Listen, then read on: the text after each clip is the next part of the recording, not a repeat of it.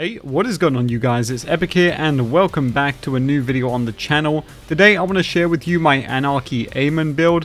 This build is very special because not only does it clear all content at UVHM5, but you can also build off of it pretty early on for a leveling build, because outside of the Anarchy it does serve pretty well as just an all-rounder gun build. So a pretty solid build for leveling all in all, and today I'm excited to share it with you guys. Of course, as always, if you would like to see the full breakdown without having to listening to me yap, then in the description I have the full build on Mobalytics if you would like to go and check it out there. But we're going to get started today with the items and we'll go over the guns first. So this build, as I said, is called Anarchy Amon because it centers around the Anarchy shotgun. Now I will have links to all of the drop sources for the dedicateds that I show in this video, and in our case for the Anarchy you'll get it from Radix from his vault. And the Anarchy is what we center the entire build around because we want to be stacking up. The Anarchy stacks to 20 and that is what we are going to be melting bosses with. Now, I will say that the fastest Anarchy kills I've gotten on this build revolve around using Torque stickies. However, right now stickies are bugged and sometimes either do not detonate or do not deal accurate damage, and unfortunately we just can't figure out why that happens, so I am omitting it from this build. But if in the future they are used, then I definitely recommend Anarchy with the stickies because of that damage. So when they do fix stickies, obviously go for them. But in the meantime, we are going after Ripper mags because we're going to utilize these with the Ripper legendary enhancement effects. And also bonus points if you can get Daedalus on there as well, because you can get some bonus damage out of the gun that way also. In terms of stacking your Anarchy, I'm going to share with you a little tip so long as you don't tell Big Gearbox. In order to stack your Anarchy to 20, usually you have to either get kills or you have to get automatic reloads. And there is actually a very easy way to stack your Anarchy to 20 really fast, and it's just to melee cancel your reloads. And this is a way that you can very easily get your Anarchy stacked up to 20 without having to reload 20 times. Now obviously it's going to get pretty annoying to stack your Anarchy in combat areas, so if you don't want to do that, this build works just fine in mobbing with a Hellwalker, so that's why I've thrown one in. If you just want to make your mobbing very easy, you don't need to worry about stacking your Anarchy, you can just swap to your Hellwalker real quick, and this should clear every mobbing situation in the game at the time of making this video. So very easy stuff. Now additionally, we also, for our equipment, we're using the War Paint rep kit. Now the War Paint is very good because it gives us a fire rate boost, and as you know if you're following the channel, fire rate is damage, and we are for that reason obviously also using the fire rate effect on it. So we're actually getting 45% fire rate out of this rep kit, which is extremely nice in our case. Into our grenade mod or our ordnance slot, we're using the Slippy. The reason we're using Slippy is not for damage, rather it is for utility, and I'll explain a little more about this later, so go and get yourself a Slippy. For our class mod, we're using the Outlaw because we want 3 points into My Touch's death. That is very important. The one that I've got here is an absolutely disgusting roll because it also gives us points into Gathering Storm, which is really nice, but also my passives are just insane. Like, this is pretty much a perfect roll.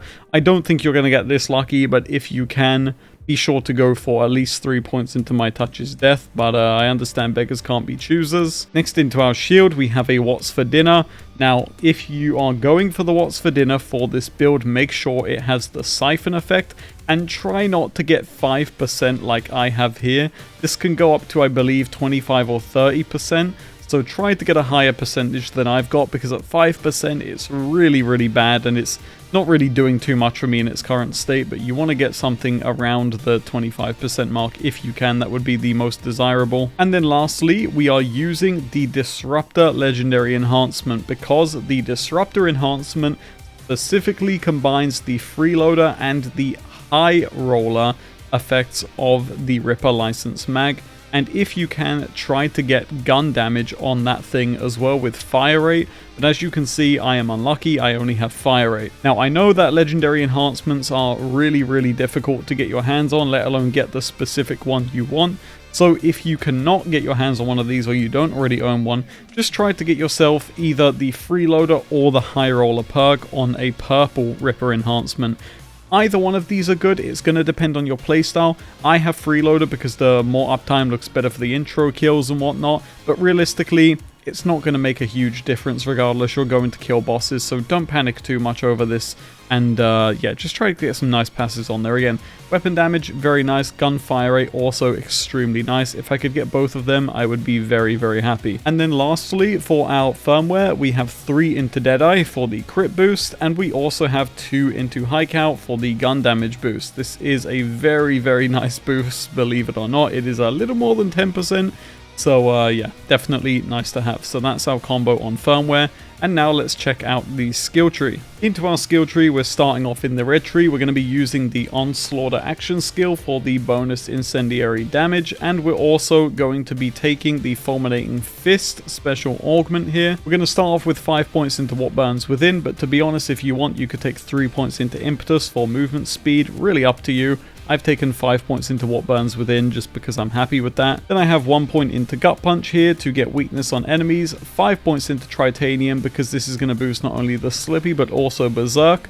Then we're going to go 5 points into bullet storm because this will give us even more gun damage. We have 5 points into burning ramparts for increased fire rate, but if you want, you can put it into catastrophe. I personally am happy to keep it here. And then we have 5 into berserk and 3 into There Is Only Red. Now, again, because of our class mod, we are going to get My Touch is Death, which of course will depend on melee damage, which is why we use the Slippy. Now, when we have My Touch is Death, how are we benefiting from it? Well, let's go into the green tree. First of all, we have a kill skill here, which we'll be triggering, which is Gathering Storm. We have 5 points. We will get increased elemental damage. In next to it, we have Amon gains critical hit damage, Executioner. This is actually way more than 40%, so take this, very, very beneficial. And then another kill skill we'll be proccing with this build is down here, 5 points into Vital Organs here to get more critical hit chance with guns. This one is very, very nice for this build. And then for our last 5 points, we've gone into the blue tree and put them into Battleborn for 40% gun damage. So that's going to do it for the skill breakdown. And now for our specializations, we have gone and put 20 here, 20 here, 20 here. I know you might not have that luxury, so don't worry too much about that. Just try to get the following augments first of all. Go for the best defense. This is literally free damage. You cannot go wrong here. Then next to that, we have CQC. This is a massive boost to fire rate, and we're always going to proc it because of the Slippy. Then you're going to take right below that, riddle you this. Again, this is free damage, and we should always have this max stack, which is really nice. And then lastly, we're using In the Zone. So while we're aiming, we'll gain increased damage and crit damage. Very, very nice. The one thing I will say here is that if you don't like In the Zone, feel free to go for Bullet Train.